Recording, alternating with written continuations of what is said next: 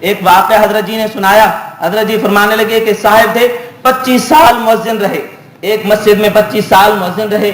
جب ان کی موت کا وقت آیا تو ان سے کہا گیا کہ کلمہ پڑھو. کہتے ہیں ایسے کلمے پر میرا ایمان نہیں ہے. کہنے لگا کہ ایسے کلمے پر میرا ایمان نہیں ہے, یہ الفاظ کہے اور اللہ حافظ ہو. اس لیے نعمتوں کی قدر نہیں ہوتی زندگی میں, نعمتوں کی قدر نہیں ہے, ایمان کی قدر نہیں ہے. اس لیے ایمان چونکہ ایک خاندانی طور پر مسلمان ہوئے, جو لوگ مسلمان ہوئے بڑی مشقتوں سے, صحابہ نے کتنی مشقت سے ایمان اور اسلام لے آئے تھے, اور کتنی مشقتوں سے اگلی نسلوں تک, اگلے لوگوں تک کیسے اسلام پہنچایا, ایمان پہنچایا. بھائیوں, ہم چونکہ خاندانی طور پر مسلمان ہوئے, ہمارے باپ, ہمارے دادا, ہمارے پردادا مسلمان تھے, اس لیے ہمیں اسلام کی اور ایمان کی قدر و قیمت نہیں ہے. آپ دوسرے ملکوں میں دیکھیے, جو آج کل برما میں مسلمانوں کا حال ہے, وہاں جس ایمان والے کو دیکھتے ہیں, جس مسلمان کو دیکھتے ہیں, ان کو کاٹ ڈالتے ہیں. گاجر مولی کی طرح مسلمان کٹے جا رہے ہیں. اس لیے ہم یہاں رہتے ہوئے اپنے اس ایمان پر شکر ادا کریں اور اللہ تعالیٰ کی ناشکری کریں. اللہ نے ایمان جو عطا فرمایا اس پر بھی اللہ کا شکر ہے, اور بے شمار اللہ نے صبح سے لے کر شام تک جو نعمتیں عطا فرمائی ان پر اللہ کا شکر. ہمارے بزرگوں میں دارالعلوم دیوبند کے استاد تھے حضرت مولانا میاں اصغر حسین. ہمارے نانا حضرت مولانا عبداللہ بہلوی رحمہ اللہ کے بھی استاد تھے. تو ایک مرتبہ وہ سخت بیمار ہوئے. اساتذہ دارالعلوم دیوبند جو ہے وہ تشریف لے گئے کہ حضرت کی عادت کو تشریف لے گئے. تو حضرت کے بعد جب گئے تو پوچھا کہ استادی کیا حال ہے آپ کا. سارے اساتذہ گئے تو سب کے وہ استاد تھے, کلام سے سارے گئے اساتذہ, پوچھنے لگے الحمدللہ میرا دماغ ٹھیک کام کر رہا ہے, الحمدللہ میری آنکھیں ٹھیک کام کر رہے ہیں, میں آپ کو دیکھ رہا ہوں, پہچان گیا ہوں, الحمدللہ میرے کان ٹھیک کام کر رہے ہیں, میری سماعت ٹھیک ہے, میں بات آپ کی صحیح سن رہا ہوں, زبان الحمدللہ میری ٹھیک ہے کہ میں اس سے صحیح بات کر رہا ہوں, الحمدللہ میرا معدہ بھی ٹھیک ہے, کام کر رہا ہے, جو کھانا کھا رہا ہوں وہ ہضم بھی ہو رہا ہے, الحمدللہ میرے ہاتھ بھی ٹھیک ہے, حرکت بھی ٹھیک کر رہا ہوں, الحمدللہ پاؤں سے ٹھیک چل کے میں جا رہا ہوں, حاجت بھی اپنی خود کر لیتا ہوں, مجھے کسی کی ضرورت نہیں پڑتی. تو ہاں تھوڑا سا بخار ہو گیا, اللہ تعالیٰ شفا دے دیں گے. اب یہ دیکھو نا, یہ بزرگوں کا عمل ہے, اور ہمارا حال یہ کہ تھوڑی سی کوئی تکلیف ہوتی ہے ہم بے یار و مددگار ٹھہر جاتے ہیں, بخار شروع کر لیتے ہیں. بخار کے ہوتے ہوئے بھی, کسی تکلیف کے ہوتے بھی بے شمار نعمتیں اللہ کی جو ہم پر ہو رہی تو ان کا شکریہ ادا نہیں کرتے, ان پر نعمتوں کا شکریہ ادا نہیں کرتے. اس لیے ہمیں اپنی نعمتوں پر شکر ادا کرنا چاہیے. اس لیے قرآن پاک میں آتے یہ دعا اگر نوافل کے میں اتحیات کے بعد پڑھی جائے, اللہ تعالیٰ ہمیشہ خاندانوں میں وہ نعمتوں کو باقی رکھتے ہیں. رب ان اوزعنی ان اشکرک نعمتک التی انعمت علی وعلی والدی وان اعمل صالحا ترضاہ وادخلنی برحمتک فی عبادک الصالحین. یہ دعا پڑھی جائے, اللہ تعالیٰ نسلوں میں نعمتوں کو باقی رکھیں گے. نعمتیں کبھی ختم نہیں ہوں گی, ہمیشہ آپ کی نسلوں میں, آپ کے خاندان میں نعمتیں باقی رہیں گی. اس لیے ہم دعائیں کرتے ہیں, دعاؤں میں جہاں اور چیزیں اللہ تعالیٰ سے مانگتے ہیں وہاں یہ دعا بھی مانگنی چاہیے, اے اللہ ہمارے نسلوں میں ایمان کو باقی رکھنا, اے اللہ ہمارے نسلوں میں ایمان اور حیا کو باقی رکھنا. یہ ایسی نعمت ہے اگر اگلی نسلیں برباد ہو گئیں تو کیا بنا, اگر اگلی نسلیں برباد ہو گئیں, ایمان سے نکل گئیں, تو پھر تو کوئی چیز بھی حاصل نہ ہوئی. اس لیے ہمارے حضرت جی تشریف لا رہے ہیں, تو جو دوست بیعت نہیں ہیں ان دوستوں سے گزارش ہے کہ یہ بزرگ نعمت ہیں, ان بزرگوں کے ہاتھ میں اپنے ہاتھ کو دینا. بیعت کا جو مقصد ہوتا ہے وہ یہ ہوتا ہے کہ بیعت علی توبہ ہوتی ہے, گناہوں سے توبہ, کبیرہ صغیرہ گناہوں سے توبہ, فسق فجور بدعت سے توبہ کرنا, اور اپنا ہاتھ شیخ کے ہاتھ میں دے دینا. اس کی برکت کیا ہوتی ہے کہ شیخ دعائیں کرتے ہیں, شیخ کی بیعت کی برکت سے بہت سارے بندہ گناہوں سے بچنے کی توفیق مل جاتی ہے, بہت سے اعمال صالح کرنے کی توفیق مل جاتی ہے, اللہ تعالیٰ نے ہمارے حضرت شیخ کو بے پناہ جو ہے صفات سے نوازا ہے. حضرت مولانا عبید اللہ انور رحم اللہ امام الاولیاء حضرت لاہوری رحم اللہ کے صاحبزادے, ان سے بھی حضرت کو اجازت حاصل ہے. پھر جو اس کے علاوہ حضرت مولانا علی مرتضیٰ گدائی شریف کے بزرگ تھے, ان کی طرف سے بھی حضرت کو اجازت حاصل ہے. ہمارے حضرت سید نفیس حسینی شاہ رحم اللہ, ان کی طرف سے بھی حضرت جی کو اجازت حاصل ہے. حضرت مولانا مفتی عبدالستار صاحب رحم اللہ صدر مفتی تھے جامعہ خیر المدارس ملتان سے, ان سے بھی حضرت کو اجازت حاصل ہے.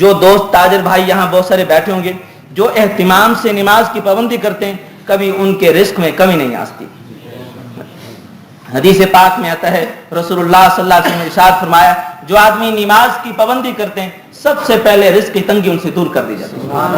سب سے پہلے رزق کی تنگی دور کر دی جاتی ہے. تو اس لیے نماز کو کام سمجھ لیں تو نماز بھی ہو سکتی ہے. ایسے ذکر کو بھی ہم کام سمجھ لیں کہ ذکر بھی ہو جائے گا. تو امید ہے کہ دوست ان مجالس میں اپنی شرکت کو یقینی بنائیں. جو کچھ کہا سنا اللہ تعالیٰ اس پر عمل کرنے کی توفیق عطا فرمائے. وآخر دعوانا الحمدللہ رب العالمین.